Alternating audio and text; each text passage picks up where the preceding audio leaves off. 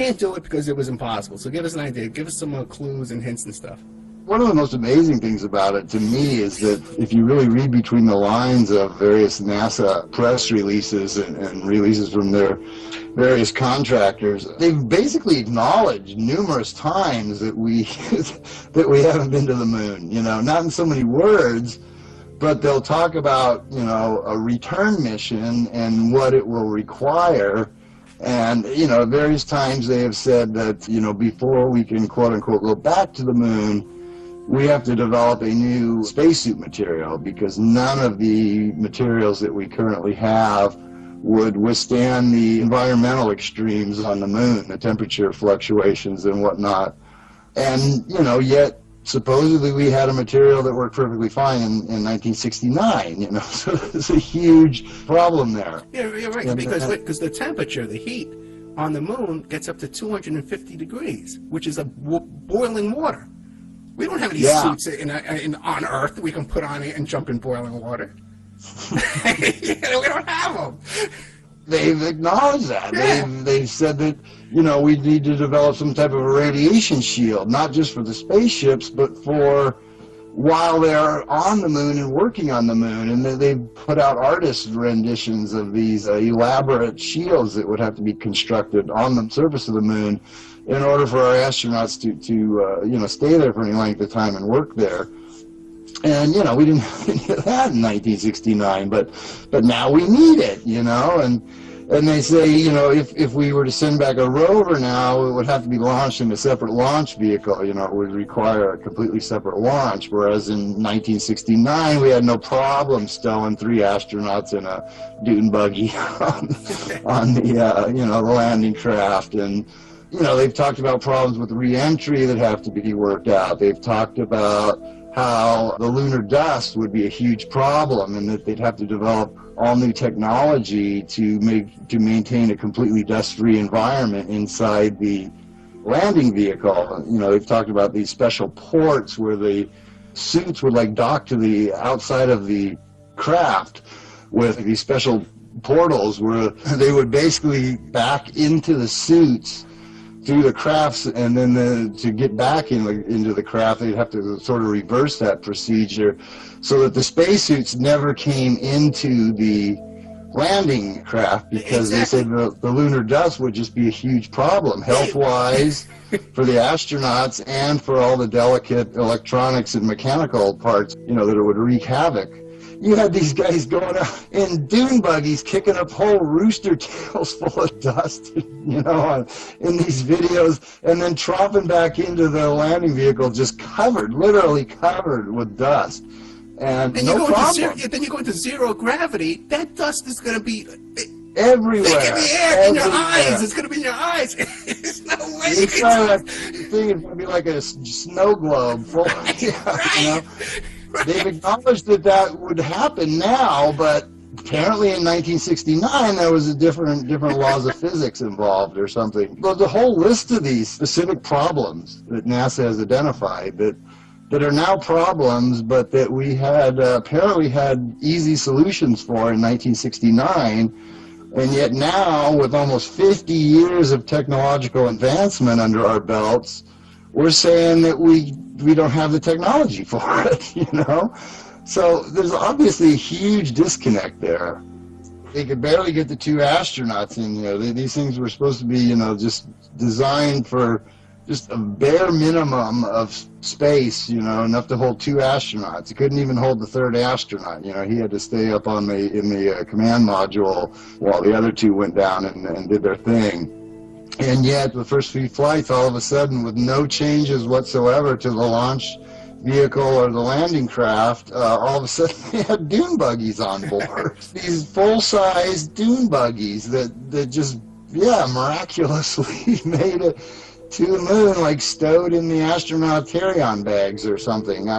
It's just, it was just remarkable. And, I mean, my interpretation of that is that, you know, they needed to add a little more excitement. You know, it was getting kind of boring. It wasn't holding the people's attention anymore. You know, after the first one, you know, the first couple were very exciting, and the entire country was glued to their TV screen because this was something that nobody had ever seen before. Obviously, you know, this was just amazing. And watching on your little grainy black and white TVs as Neil Armstrong takes his very first step on the moon, 250,000 miles away, and I mean, everybody was just holding their breath, are they going to make it back? Are they, and so it really captured the country's attention for the first few flights, and then it just kind of got routine because it just seemed too easy. Everything just seemed to run like clockwork, and so I believe that's why they started introducing other elements, like the tragic Apollo 13 that, was supposedly bouncing around out in space for days, and the whole country was holding their breath, hoping and praying that our brave astronauts would make it back, and then they introduced the dune buggies. So Okay, they had to spice it up. I want to get to that when we get back. The show was getting boring. Now, Dave, what came first, the Gus Grissom murder or the Apollo 13 event? The massive fire in the capsule during the test? Yeah, he's the one, the first one, when his capsule came down, it sank in the water.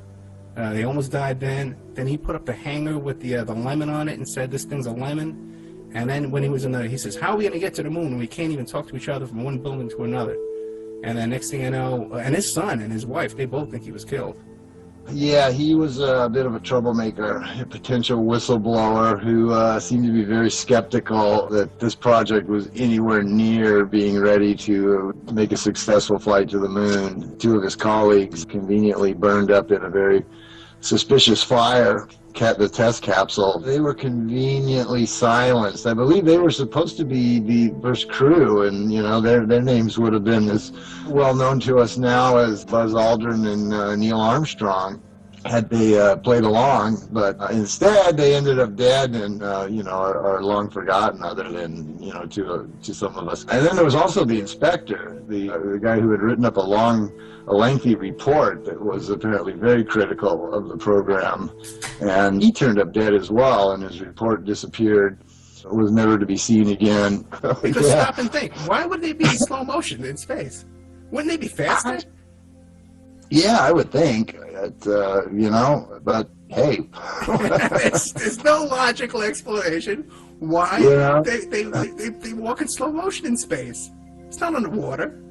Well, where's the resistance coming from? There's no atmosphere. There's very little gravity. So what is the resistance that's slowing their movements? What makes sense? It doesn't make sense. But, until you saw 2001. I'm not a physicist or whatever.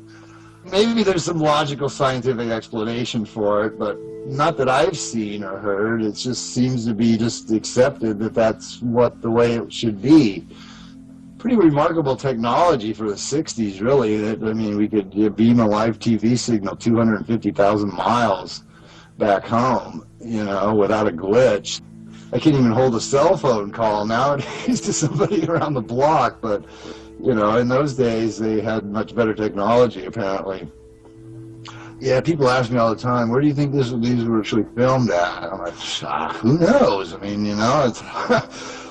could be, any nondescript remote location, there's plenty to choose from, It's certainly one possibility that's been mentioned frequently is that it was filmed on or around Area 51, which is obviously a very tightly controlled base where not likely that any prying eyes would see what was going on. So, definitely a possibility. Yeah, especially at the time, because no one knew about Area 51 back in those days. And it would be inconceivable to even drive out there or travel out in that direction.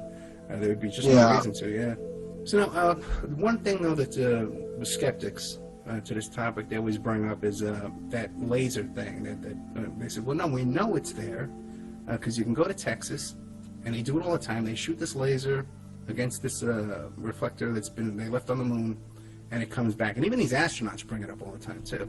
So what do you think about that? Well, there's several possibilities. There were reports out even before the Apollo landings that they were doing these same types of things with no devices on the moon, that the surface of the moon itself was reflective enough that they could do what they're doing, which is basically like get a precise measurement, I believe it is, from here to the moon based on how much time the signal takes to bounce back or whatever it is. So, one possibility is that there's never have been any reflectors there, and they're just bouncing off of various natural features of the surface of the moon itself. Another possibility is that they were placed there remotely by unmanned craft. Russia claimed to have placed several of them robotically back in that era. I've never said that unmanned craft can't get to the moon. I just don't think that it's humanly possible to get there, but certainly probably possible to get spacecraft there. So they could have been placed robotically. So that's another possibility. I question whether they even had the technology to do that back in those days. These are tiny little targets, like the size of like a computer monitor or something, right. That were placed 250,000 miles away. I don't know if people really understand how, what kind of distance that is that we're talking between here and the moon. And if you're a photographer, if you've ever used a really long telephoto lens, or if you're a hunter that's used a scope, you know that even from relatively short distances, even a tiny little bit of motion will completely throw off what you're viewing. It doesn't take much at all, and the farther away it is, of course, the more that's amplified.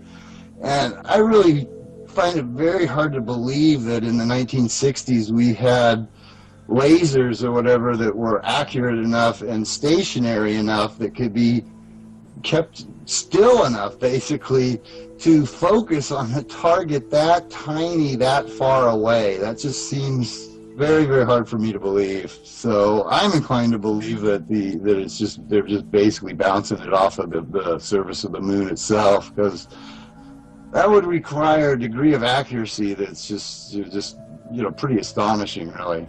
Yeah, because back then we didn't even have fax machines, we didn't have email, we didn't have cordless drills. The kids today don't understand that. If I try to tell my kid that, she doesn't understand. Yeah, that's the thing that a lot of people don't understand, right, is what a huge leap it is from what we do now to what we supposedly did in the 60s. People look and say, well, what's the big deal?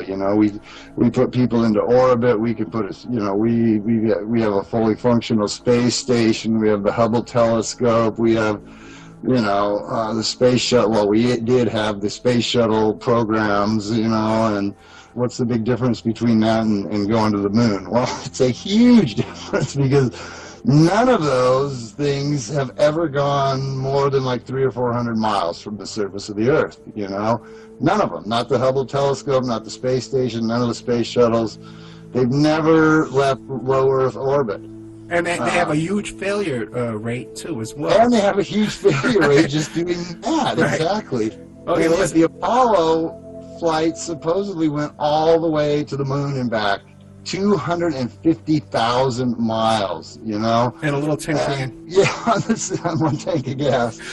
So, to say, well, what's the big deal if we can launch space shuttles and this and blah, blah, blah, blah, why couldn't we send them into the moon? It's like saying, if I can walk around the block, why can't I walk around the world? Right. It's exponentially more difficult than anything that we've done since. By far. Just by leaps and bounds. Nothing we have done comes anywhere close, technologically speaking, to what we accomplished in 1969.